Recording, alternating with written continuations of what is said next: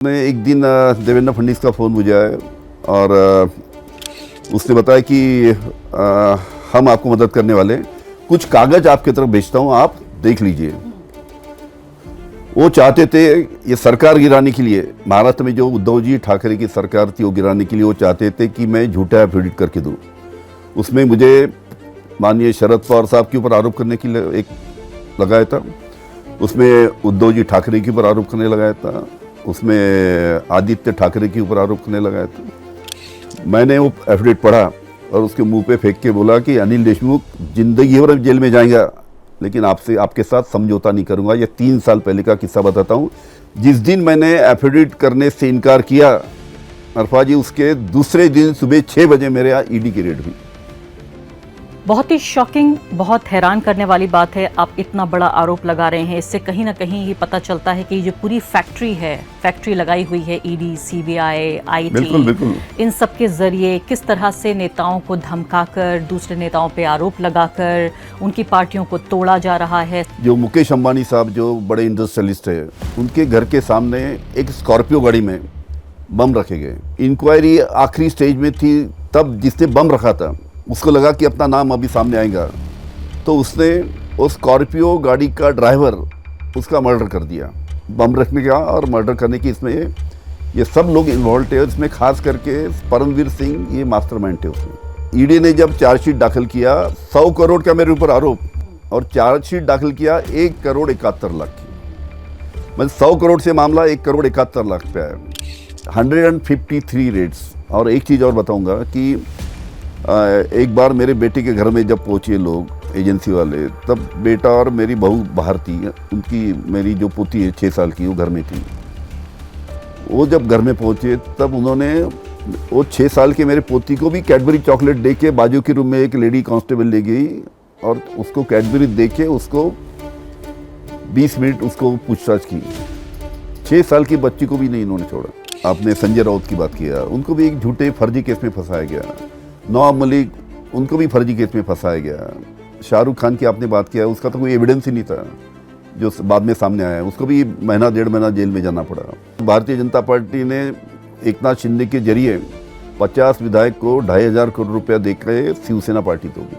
महाराष्ट्र में बताइए। महाराष्ट्र में मैं आपको बताता हूँ कि करीबन 35 और 40 के बीच में महाराष्ट्र में 48 में से सीटें कांग्रेस, राष्ट्रवादी, शिवसेना और हमारे मित्र पार्टी की आएंगी।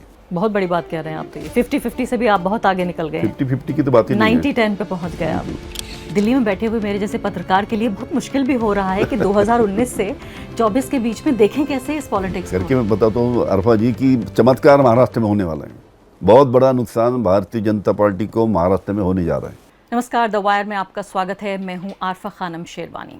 देश भर में चुनाव हो रहे हैं, सिर्फ 2 आखिर के फेज बाकी हैं और इस वक्त तमाम तरह के चुनावी गणित लगाए जा रहे हैं कि किस पार्टी को या 2 जो गठबंधन है इंडिया और एनडीए, कितनी सीटों का फ़ायदा नुकसान हो रहा है। 2 अलग अलग तरह के जो विचार हैं वो सामने आ रहे हैं। एक विचार ये है कि नरेंद्र मोदी की पार्टी बीजेपी और जो एनडीए गठबंधन है उनको कोई भी नुकसान होता हुआ नज़र नहीं आ रहा है, लेकिन दूसरी तरफ तमाम तरह की जो ज़मीनी हकीकत है वो ये बताती है कि ये सच्चाई के सीधे तौर पर वोट खिसकता हुआ नज़र आ रहा है। जो इंडिया अलायंस है वो खासकर जिन राज्यों में उम्मीद कर रहा है कि उसके लिए बेहतर परफॉर्मेंस होगा, ज़्यादा सीटों का फ़ायदा होगा, उनमें महाराष्ट्र एक बड़ा राज्य है। और महाराष्ट्र की राजनीति पिछले 5 साल में, यानी 2019 का अगर आप चुनाव देखें और 2024 का, इस तरह बदली है कि पूरी राजनीति में एक तरह से क़यामत आ गई है। पार्टियां बिखर गई हैं, अलायंस बिखर गए हैं। अब इस तस्वीर को समझने के लिए कि आखिर जो नई सूरत हाल है, जो नई राजनीति है, उसमें किस तरह से जो इंडिया अलायंस है उसे कितनी सीटें मिल सकती हैं, क्यों ये उम्मीद कर रहे हैं कांग्रेस, एनसीपी और शिवसेना के लोग, खासकर ये दूसरी वाली जो शिवसेना है ओरिजिनल वाली, और एनसीपी जो ओरिजिनल वाली है, कि किस तरह से इनको मिल सकती हैं, किस मुद्दों पर सीटें। हमारे साथ बेहतरीन मेहमान इस वक्त स्टूडियो से मौजूद हैं। अनिल देशमुख जी, एनसीपी के नेता, और साथ ही कई महत्वपूर्ण पदों पर, कई महत्वपूर्ण मंत्रालय आप, और साथ साथ गृह मंत्रालय भी आपके पास रहा। आजकल आप दिल्ली में हैं जी, कुछ पर्सनल काम से दिल्ली में आया था। हमारी खुशकिस्मती कि आप यहाँ स्टूडियो में हमारे साथ मौजूद हैं। धन्यवाद, आपने बुलाया। जी हाँ। सो देशमुख जी, सबसे बड़ी बात कि आप एनसीपी के एक बहुत ही अहम नुमाइंदे हैं। इसके अलावा आप उन लोगों में शामिल हैं जिनको ये पूरा भ्रष्टाचार के जो मामले थे, मनी लॉन्ड्रिंग, एक्सटॉर्शन, तमाम तरह के केसेस आपके ऊपर लगाए गए, आपको जेल जाना पड़ा, 14 महीने आप जेल में रहे। हमारे दर्शक जब ये पूरी पॉलिटिक्स को समझने की कोशिश करते हैं कि कैसे एनसीपी और शिवसेना दोनों को तोड़ दिया गया, यानी जो ओरिजिनल पार्टी थी महाराष्ट्र की उनको तबाह कर दिया गया, उसमें एक तरह के किरदार के तौर पर आप भी उभरते हैं कि आपको क्यों जेल जाना पड़ा, 14 महीने बाद बेल कैसे मिली। जो कोर्ट का मैं देख रही हूँ बेल का जो ऑर्डर है उसमें साफ तौर पे पता चलता है कि केसेस बहुत कमज़ोर आपके ऊपर बनाया गया। हम इस इंटरव्यू में चुनाव की बात तो करेंगे ही, लेकिन ये पूरा जो माफिया राज है जिसके ज़रिए पार्टियां तोड़ी जा रही हैं वो आपसे समझने की कोशिश करेंगे। आप बताइए 2021 में ये पूरा मामला जब आपके ऊपर आया था, क्या मामला था ये? देखिए, मैं महाराष्ट्र का गृह मंत्री था 2021 में, 2021 जब मैं महाराष्ट्र का गृह मंत्री था उस वक्त जो मुकेश अंबानी साहब जो बड़े इंडस्ट्रियलिस्ट है उनके घर के सामने एक स्कॉर्पियो गाड़ी में बम रखे गए। उसकी हमने इंक्वायरी चालू किया। इंक्वायरी आखिरी स्टेज में थी, तब जिसने बम रखा था उसको लगा कि अपना नाम अभी सामने आएगा, तो उसने उस स्कॉर्पियो गाड़ी का ड्राइवर उसका मर्डर कर दिया और मामले ने तूल पकड़ा।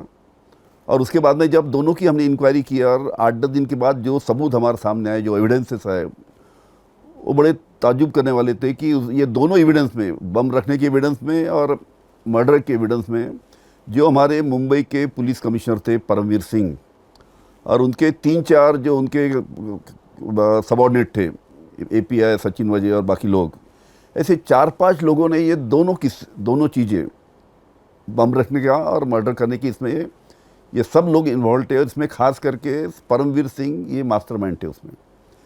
ये जब हमारे पास पूरे पेपर्स आए, रिपोर्ट आई, तो मैंने as a home minister Paramvir Singh की जो कमिश्नर ऑफ पुलिस मुंबई के थे उनका तबादला एक साइड पोस्ट भी किया और उनको सस्पेंशन की कार्रवाई चालू किया, उनको सस्पेंड किया।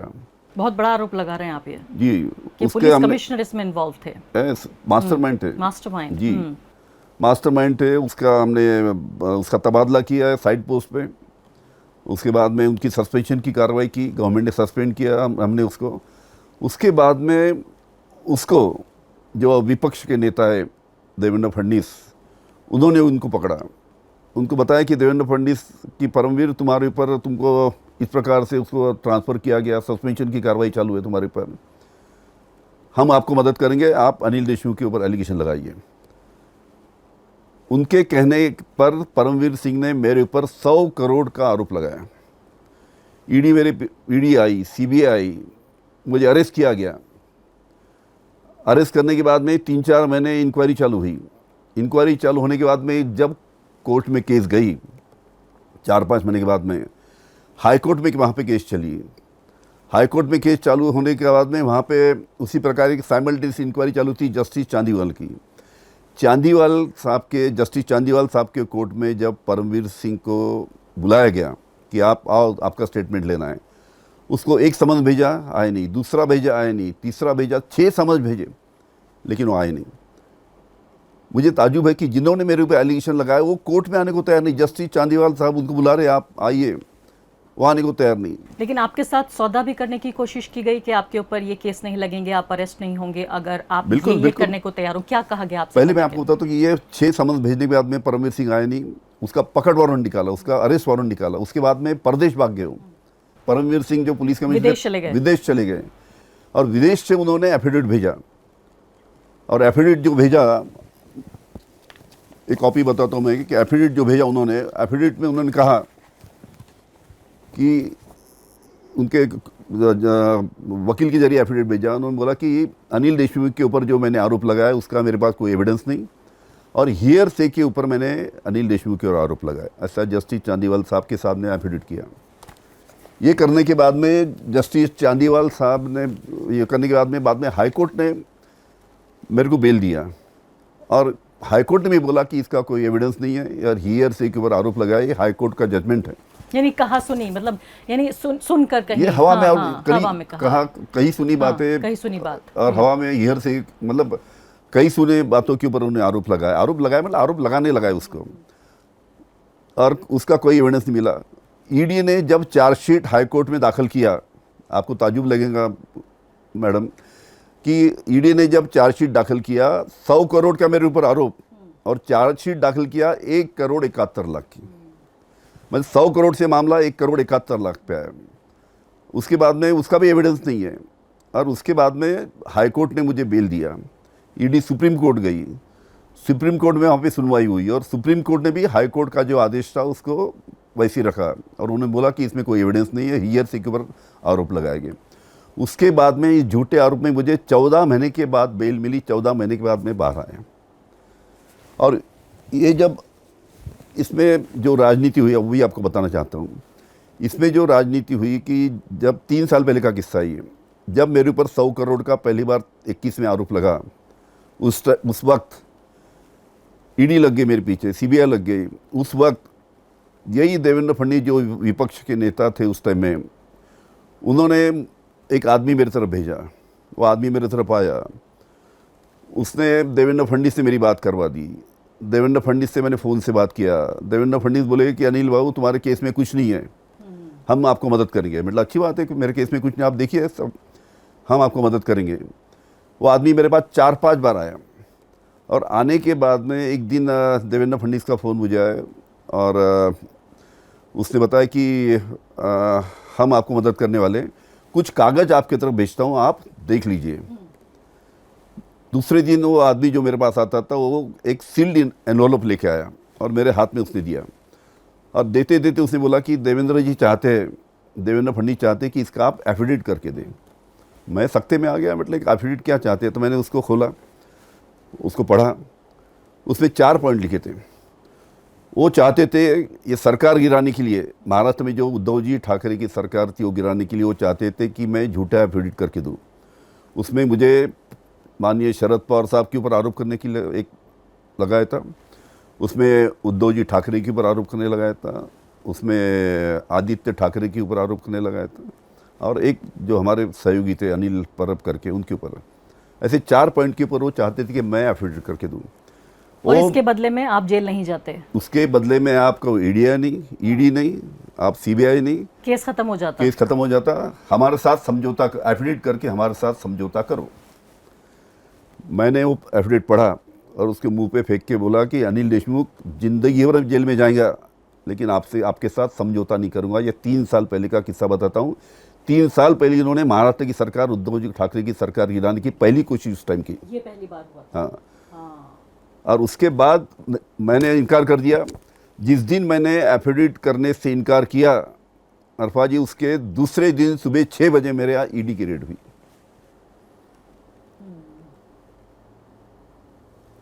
बहुत ही शॉकिंग, बहुत हैरान करने वाली बात है। आप इतना बड़ा आरोप लगा रहे हैं, इससे कहीं ना कहीं ये पता चलता है कि ये पूरी फैक्ट्री लगाई हुई है ईडी, सीबीआई, आईटी, बिल्कुल। इन सब के जरिए किस तरह से नेताओं को धमकाकर, दूसरे नेताओं पे आरोप लगाकर उनकी पार्टियों को तोड़ा जा रहा है। सिर्फ सत्ता की भूख इस हद तक, जो केंद्र में हमारी पार्टी बैठी हुई है, जो फिलहाल अब महाराष्ट्र में भी है। तो आप ये कह रहे हैं कि उस वक्त अगर आप मान गए होते तो आपको जेल नहीं जाना पड़ता, कोई केस नहीं लगता। 3 साल पहले देवेंद्र फडणवीस ने जो मुझे एफिडेविट भेजा था वो कर देता और समझौता कर लेता उनसे, तो मुझे ना ईडी लगती, ना सीबीआई लगती, ना मुझे जेल जाना पड़ता और आप भी अजीत पवार बन गए होते।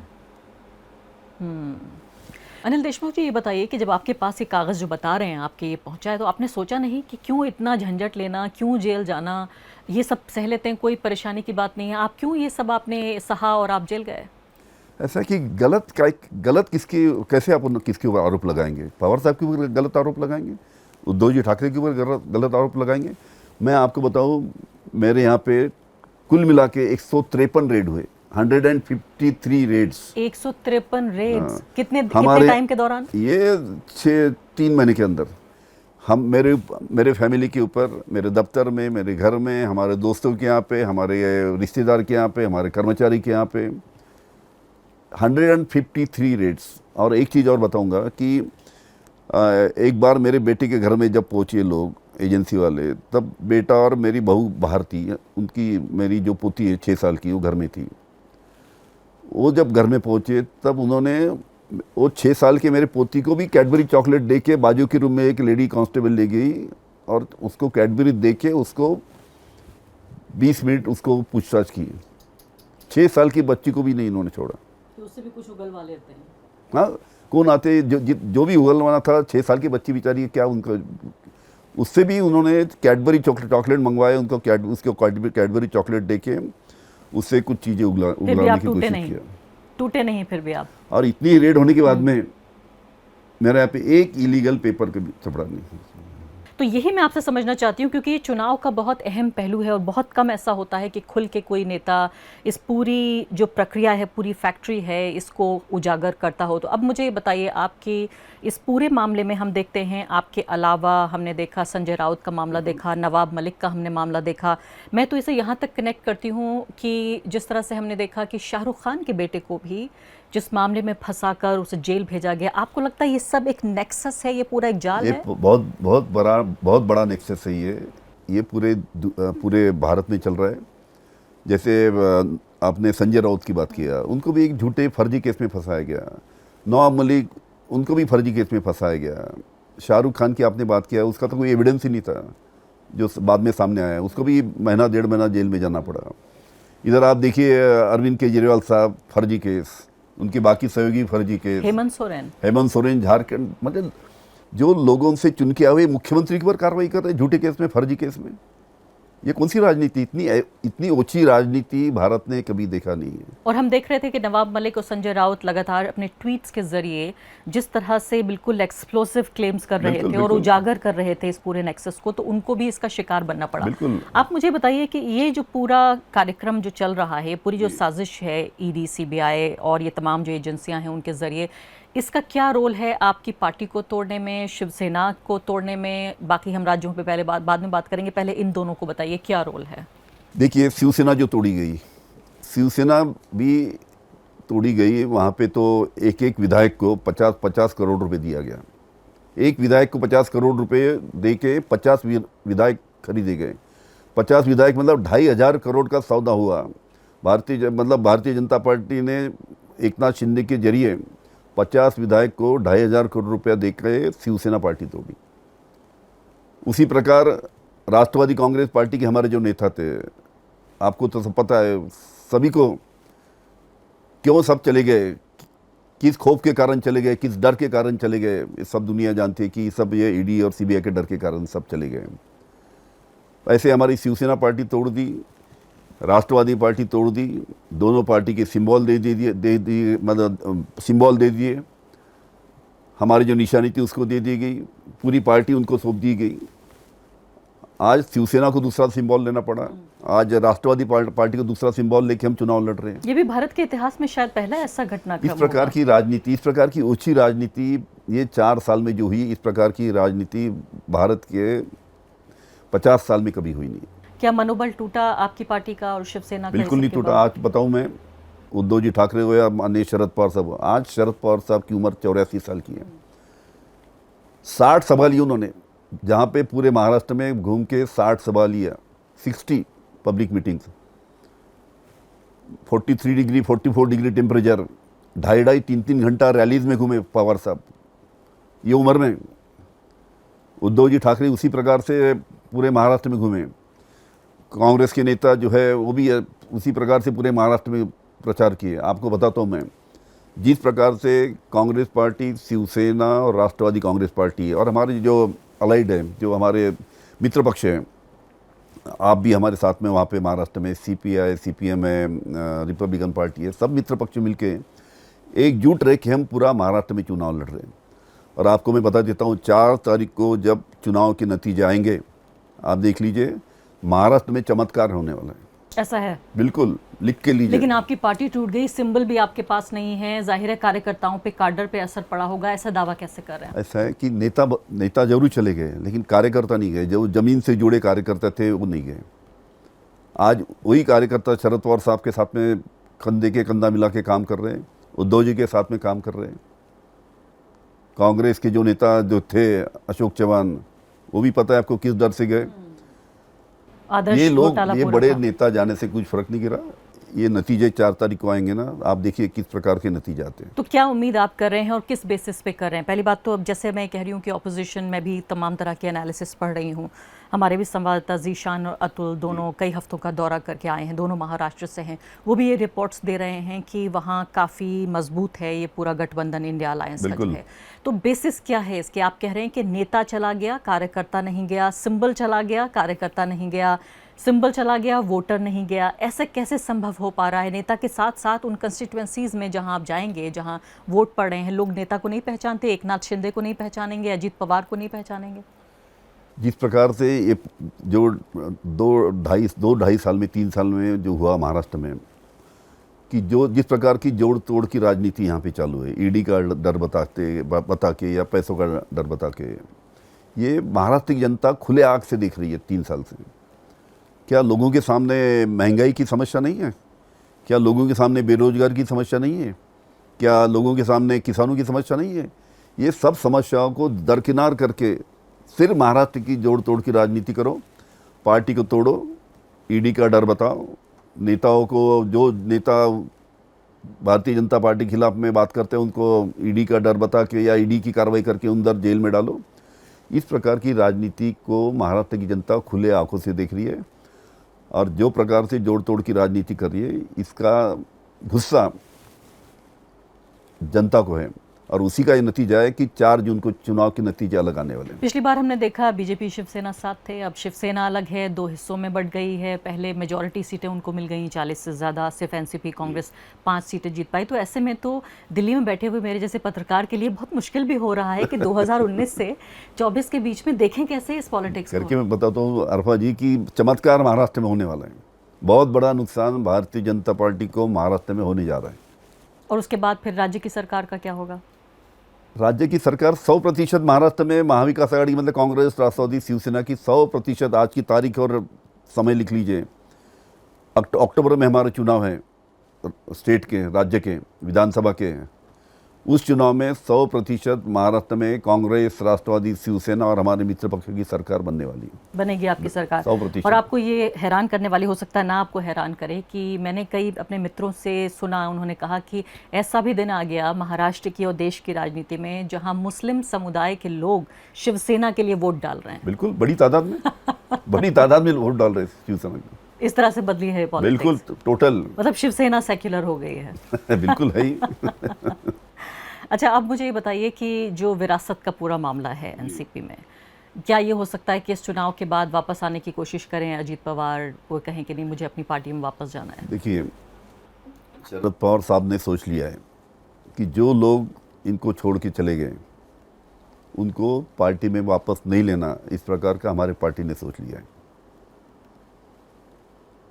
इसमें से जरूर ये चुनाव के नतीजे आने के बाद में काफ़ी लोग कोशिश करेंगे, लेकिन पार्टी ने तय कर लिया है कि इनको साथ में अभी दोबारा नहीं लेना।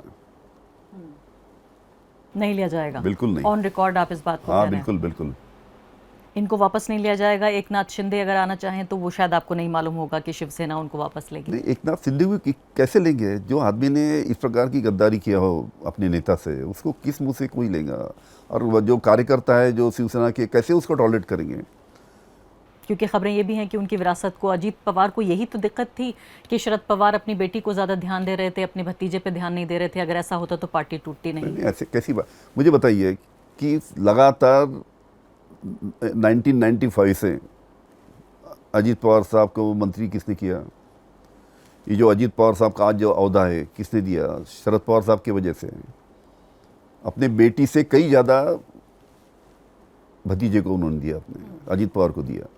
बेटी को क्या दिया? सिर्फ टिकट के अलावा क्या दिया? सुप्रिया ताई को क्या दिया? पार्टी ने सिर्फ टिकट दिया ना पवार साहब ने उनको कभी सेंट्रल में मिनिस्ट्री बनाया ना बनाया। तो वारिस मानी जा रही है। तो ऐसे कैसे बोल सकते? फिर भाई, सुप्रिया ताई और अजीत दादा में आप कंपेयर करेंगे। सुप्रिया ताई को सिर्फ बारामती की टिकट दिया, उनको चाहते थे मंत्री सेंट्रल में बना सकते थे, लेकिन नहीं बनाया उन्होंने। अजीत पवार को मंत्री शुरू से 95 से अजीत पवार साहब को मंत्री बनाया। तो इनकी शिकायत जायज नहीं है। डिप्टी सीएम बनाया, विरोधी पक्ष नेता बनाया। ऐसे कैसे शिकायत हो सकती है? अब इससे पहले कि मैं वोटिंग की प्रक्रिया पे जो सवाल उठ रहे हैं, आपने भी उठाए हैं, खासकर चौथे फेज में मैं देख रही थी आपने सवाल उठाए हैं। अभी फिलहाल मुंबई को लेकर कई तरह के महत्वपूर्ण सवाल ये उठ रहे हैं। मैं देख रही थी उत्तर प्रदेश की खबर, सिर्फ 14 सीटें वहाँ पर चुनाव में गई और 250 कंप्लेंट्स आई हैं। कहीं ईवीएम काम नहीं कर रहे हैं, कहीं लोगों पर दबाव डाला जा रहा है, हर तरह की, मतलब चुनाव में धांधली की खबरें, 250 शिकायतें आई हैं। आपने तो एक ज़माने से देखा है चुनाव, आपकी नज़र में इस बार का चुनाव, चुनावी प्रक्रिया, इलेक्शन कमीशन पे जो सवाल उठ रहे हैं, क्या वो जायज़ हैं? दो सवाल चुनाव के बाद में उठ रहे हैं। पहला सवाल ऐसा है कि चुनाव होने के बाद में कोई भी लोकसभा कॉन्स्टिट्यूंसी में चुनाव होने के बाद में उसका तुरंत दूसरे दिन आता है कि ये लोकसभा कॉन्स्टिट्यूंसी में कितना प्रतिशत लोगों ने वोट डाले। इस टाइम विदर्भ में फर्स्ट टाइम जो फर्स्ट और सेकंड फेज में हमारे विदर्भ में महाराष्ट्र में जो चुनाव हुए, कौन से पार्लियामेंट्री कॉन्स्टिट्यूंसी में कितने प्रतिशत लोगों ने वोट डाले, इसका 11 दिन के बाद उन्होंने जाहिर किया कि भाई चंद्रपुर में इतने प्रतिशत लोगों ने वोट डाले, नागपुर में इतने प्रतिशत लोगों ने वोट डाले, वर्धा में इतने प्रतिशत लोगों ने वोट डाले, अमरावती में इतने प्रतिशत लोगों ने वोट डाले। मुझे एक समझता नहीं कि इलेक्शन कमीशन को 11 दिन क्यों लगे। उसके ऊपर काफ़ी चर्चा चालू है। कुछ बोल रहे भाई 11 दिन इन्होंने क्यों लगाए, कुछ इसमें और कुछ गड़बड़ी हुई या क्या हुई। ऐसा कभी होता नहीं है, ऐसा कभी हुआ नहीं है। आज समझिए इलेक्शन हुआ, भले रात को 10 बजे तक 11 बजे तक लोग मतदान करेंगे, लेकिन दूसरे दिन या कम से कम एक दिन के बाद में तुम्हें कौन से कॉन्स्टिट्यूंसी में कितने लोगों ने मतदान किया, 50% किया, 55% किया या 60% किया, उसका फिगर तो ये इमीडिएट आते हैं। 11 दिन के बाद इलेक्शन कमीशन ने फिगर जारी किया। और ऐसा नहीं है कि चुनाव भारत में कोई नई बात है। मतलब भारत में दुनिया का सबसे बड़ा चुनाव होता है और हमारी चुनावी प्रक्रिया और जिस तरह से स्वच्छ चुनाव होते रहे, पूरी दुनिया में उसकी शोहरत है कि बाकी गरीब देशों में जाकर हमारे चुनाव आयुक्त और बाकी जो हमारे अधिकारी हैं वो जाके सिखा के आते हैं लोगों को कि चुनाव कैसे कराए जाते हैं। आरफा जी, सिखाने जाते बराबर नहीं, अभी इनको सिखाने की जरूरत आ गई। अभी ऐसी नौबत आ गई है। मुझे बताइए 11 दिन के बाद आप डिक्लेयर करते कि ये कॉन्स्टिट्यूशन में 60, तो कहाँ से आ गया वो डेटा फिर 11 दिन के बाद, जब उस तो वक्त नहीं लोग था? शक नहीं करेंगे। और डिजिटल है पूरा प्रक्रिया डिजिटल है। यानी आज रात को 12 बजे भी चुनाव, तुम्हारा मतदान आखिरी का खत्म हुआ, समझो बहुत भीड़ भाड़ है तो खत्म हुआ, दूसरे दिन दोपहर तक तुमको मालूम पड़ना चाहिए कितना प्रतिशत वहाँ पे मतदान हुआ। उसके लिए 11 दिन का की लगते हैं। और मुंबई में ये भी शिकायतें आ रही थी कि मुंबई की जो इलेक्शन की सीटें थी कि लोगों को इतनी गर्मी और धूप में घंटों इंतजार करना पड़ा, बहुत सारे लोग वापस लौट गए वोट नहीं कर देखिए पाए। आज मैं दिल्ली में आप देखिए टेम्परेचर क्या है, उसी प्रकार हमारे बम्बई में भी टेम्परेचर और उसके साथ ह्यूमिडिटी है। ऐसे हालत में 4-5, 5-5, 6-6 घंटा जब मतदार को कतार में खड़ा रहना पड़ेगा तो कैसी तकलीफ लोगों को हुई होंगी। इतनी लंबी लंबी कतारें पहली बार मैं देख रहा हूँ कि मुंबई में जिस प्रकार से वहाँ पे जो इलेक्शन का जो अरेंजमेंट करना चाहिए था वो ढंग से नहीं किया गया। इस प्रकार नहीं, बिल्कुल नहीं। इस प्रकार से इतनी लंबी लंबी कतारें 6-6 घंटा कोई मतदान के लिए रुकता है। पर ये मुंबई में हुआ, इसकी कंप्लेंट हुई, बहुत नाराज़गी इसके बारे में है। आखिर में मुख्यमंत्री ने इसकी इंक्वायरी लगाई, लेकिन हुआ क्यों मुझे समझता नहीं कि पहली बार तो चुनाव मुंबई में नहीं हो रहा है, अरसों से चुनाव हो रहे, लेकिन इस प्रकार की अरेंजमेंट वहाँ पे की गई कि जिसमें लोगों को बहुत तकलीफ हुई, लोग बहुत परेशान हुए। और क्यों हुआ, क्या हुआ, उसके बारे में अभी इंक्वायरी होगी तो नतीजे सामने आएंगे। जी हाँ, और खासकर मुंबई के लोगों को घरों से निकाल लेना पहले, यही बहुत बड़ी बात है कि वो पहुंच जाएं बूथ तक। 2 आखिरी सवाल आपसे पूछना चाहती हूँ। एक सवाल तो ये है कि कुछ प्रेडिक्शंस इस तरह के भी आ रहे हैं कि भाई ठीक है, नरेंद्र मोदी की लोकप्रियता में कमी आई है, ठीक है मंदिर का मुद्दा बहुत ज़्यादा हावी नहीं है, महंगाई है, बेरोज़गारी है, लेकिन देयर इज़ नो अल्टरनेटिव, कोई विकल्प नहीं है। और इसलिए चूंकि ऑपोजिशन की एक बड़ी खामी ये भी रही कि उन्होंने कोई प्रधानमंत्री पद का उम्मीदवार नहीं दिया, तो ये नरेंद्र मोदी बनाम हु, यानी उनके बरक्स किसको देखें, ये एक तरह से जो चेहरे की कमी रही उसकी वजह से हो सकता है कि वापस आ जाए, अगर आता है एनडीए। तो क्या आपको लगता है ऐसी कोई तस्वीर उभर कर आ रही? बिल्कुल नहीं। आप देखिए इसके पहले जो चुनाव हुए, मनमोहन सिंह साहब जब प्राइम मिनिस्टर बने उस टाइम कहाँ पे उनका नाम डिक्लेयर किया गया था? पहले मनमोहन सिंह साहब जब भारत के पंतप्रधान बन गए, प्राइम मिनिस्टर बन गए, कहाँ पे डिक्लेयर किया था? चुनाव होने के बाद में डिक्लेयर किया। लेकिन नरेंद्र मोदी जैसा नेता नहीं था उस वक्त उनके खिलाफ। मैं कह रही हूँ नरेंद्र मोदी जैसा नेता नहीं था। अटल बिहारी वाजपेयी साहब कहाँ, उनका जलवा था। अरे उनका जलवा आज भी हम हमारे विरोधी पार्टी में थे, लेकिन आज भी अटल बिहारी वाजपेयी साहब के बारे में सब पार्टी के लोगों को, नेताओं को और कार्यकर्ताओं को उनके बारे में इज्जत है। इस प्रकार की अटल बिहारी वाजपेयी साहब ने कभी ओछी राजनीति नहीं की। लेकिन आपको नहीं लगता ये गलती हुई कोई चेहरा न देकर? नहीं, किसी को भी चेहरा बना कैसा है कि चुनाव होने के बाद में इंडिया आघाड़ी के सब नेता इकट्ठा बैठेंगे, इकट्ठा बैठ के चर्चा करेंगे और निर्णय लेंगे। एक से एक कैपेबल, एक से एक वहाँ पे कैपेबल नेता है जो भारत को अच्छा नेतृत्व दे सकते हैं। लेकिन आपको नहीं लगता कि इंडिया अलायंस, आपको लगता है इस बार चौंका देंगे? आप कितनी सीटें आपकी नज़र में, मुझे कोई ऐसा गणित है आपके पास कि आप बताएं कितनी नहीं, सीटें? महाराष्ट्र के बाहर की मैं अभी थोड़ी जानकारी धीरे धीरे ले रहा हूँ, आज मेरा बोलना ठीक नहीं। महाराष्ट्र में बताइए। महाराष्ट्र में मैं आपको बताता हूँ कि करीबन 35 और 40 के बीच में महाराष्ट्र में 48 में से सीटें कांग्रेस, राष्ट्रवादी, शिवसेना और हमारे मित्र पार्टी की आएंगी। बहुत बड़ी बात कह रहे हैं आप तो। ये 50-50 से भी आप बहुत आगे निकल गए हैं। 50-50 की तो बात ही नहीं है। 90-10 पे पहुंच गए आप। एक और जो अंदेशा जाहिर किया जा रहा है वो ये कि जिस तरह से नरेंद्र मोदी पिछले लगातार 1 महीने से हम देख रहे हैं, चाहे उनकी हेट स्पीचेस हों, चाहे डर की, भय की राजनीति करने की कोशिश कर रहे हैं कि कांग्रेस रिजर्वेशन दे देगी, दलितों का, पिछड़ों का, मुसलमानों को दे देगी, आपका मंगलसूत्र ले लेंगे, ये देखिए पूरे तरीके से जिहाद, वोट जिहाद हो रहा है, ये सब जो बातें कह रहे हैं। इसके अलावा बहुत हमलावर तरीके से जो विपक्ष को वो देख रहे हैं, क्या ऐसी भी कोई आशंका आपके मन में है कि अगर चुनाव हार जाती है बीजेपी और एनडीए तो शांतिपूर्ण तरीके से ये सत्ता दूसरी पार्टी को नहीं सौंपेंगे? ऐसी भी कोई आशंका है? ना, ऐसी नहीं, ऐसी बात नहीं। जब चुनाव के जो भी नतीजे आएंगे उस प्रकार से आगे की प्रक्रिया होंगी, उसके बारे में कोई दो राय नहीं है। वो तो होना ही है। समझो कुछ जो अलग नतीजे आते हैं तो, और आएंगे अलग नतीजे। कोई दिक्कत नहीं होगी आपको नहीं लगता? ना, आपको लगता है मुझे- शांतिपूर्ण तरीके से ऐसा सत्ता है कि जो भी ट्रांसफर पार्टी हो के जाएगी? ज़्यादा सांसद चुन के आएंगे वो पार्टी सरकार बनाएंगी। इंडिया आघाड़ी की आज ऐसा लग रहा है कि उम्मीद है, तो 100% इंडिया आघाड़ी के सब इकट्ठा बैठ के अपना नेता चुनेंगे और सरकार बनाएंगे और अच्छी तरीके से भारत को नेतृत्व देंगे। और काफी बीजेपी कैपेबल लोग हैं हमारे इंडिया बीजेपी में। इस हार को स्वीकार कर लेगी? भाई लोकशाही है, उसमें तो स्वीकार करना ही पड़ेगा ना। इनकेस हार जाती है तो स्वीकार करना ही पड़ेगा। और आसार दिख रहे कि हारने के आसार दिख रहे ऐसे।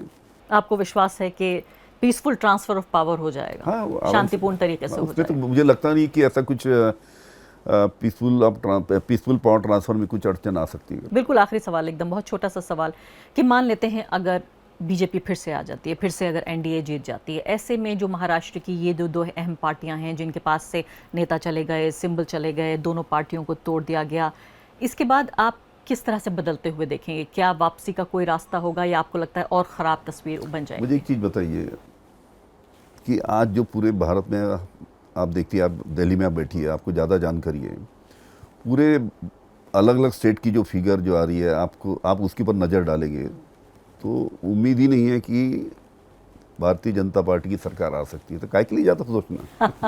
बहुत बहुत शुक्रिया आपका देशमुख जी, आप द वायर के स्टूडियो में आए, तमाम बातचीत की और आपने, मुझे लगता है कि दर्शकों के लिए भी बहुत ज्ञानवर्धक भी रहा होगा कि अक्सर दिल्ली में बैठ के हम चर्चा करते हैं कि देखिए महाराष्ट्र की पूरी राजनीति को तबाह कर दिया, हालांकि वो तो दिल्ली और झारखंड और सब जगह ये चीज़ें उभर रही हैं। बहुत बहुत शुक्रिया, आपने बहादुरी से ये पूरी बातचीत की। धन्यवाद। द वायर के और वीडियोस देखने के लिए सब्सक्राइब करें और बेल आइकन पर क्लिक करें। स्वतंत्र पत्रकारिता की आर्थिक मदद करने के लिए डिस्क्रिप्शन में दिए गए लिंक पर जाएं और अपनी राशि चुनें।